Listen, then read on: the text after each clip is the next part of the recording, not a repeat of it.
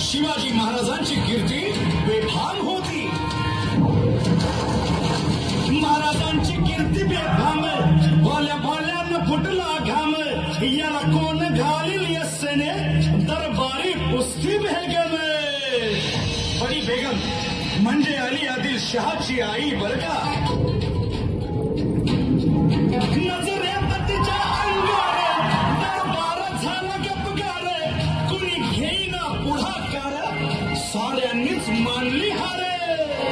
इतक्यात अचानक एक सरदार उठला, बोलला, हम लाएंगे शिवाजी को. हम त्यानं विडा उचलला.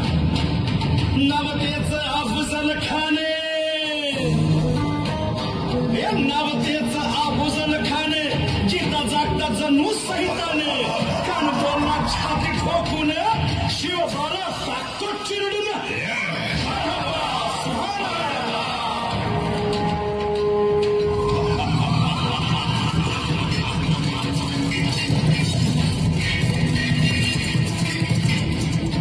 आता शिवबाचं काही खरं नाही. इकडं निजाम, तिकडं मोगल, पलीकडं इंग्रज. जो तो हेच बोलू लागला. महाराज, आपला जीव मोलाचा आहे. खानाचं सैन्य अफाट आहे. त्याच्यासमोर आपला टिकाव लागणं अवघड आहे. काही दिवसांसाठी आपण कुठेतरी अज्ञातस्थळी निघून जा. काय म्हणालात रायबा? मासाहेब, आम्हाला आमच्या जीवाची पर्वा नाही. राजांचा जीव वाचणं गरजेचं आहे. रायबा, शिवबा केवळ आमचा पुत्र नाही, तर अवघ्या मराठी जनांचा स्वाभिमान आहे. या मातेने आपला पुत्र गमावला तरी 72, परंतु भ्याडपणे पळून जाऊन या मराठी मुलखाचा स्वाभिमान गमावता कामा नये. अशा वाघिणीचा तो छाला. बाळासाहेब, आपला पुत्र आणि मराठी मुलकाचा स्वाभिमान विजय टिळा लावूनच परत अशा येईल. वाघिणीचा तो छावा, तथास्तु. गनिमान कसा ठेचावा, डोक्यात नेहमी कावा.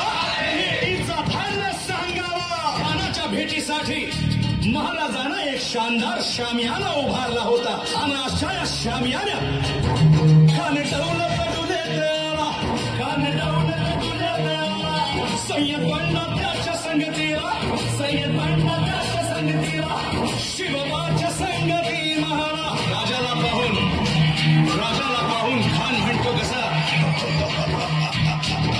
आओ आओ शिवाजी, आओ हमारे गले लग जाओ.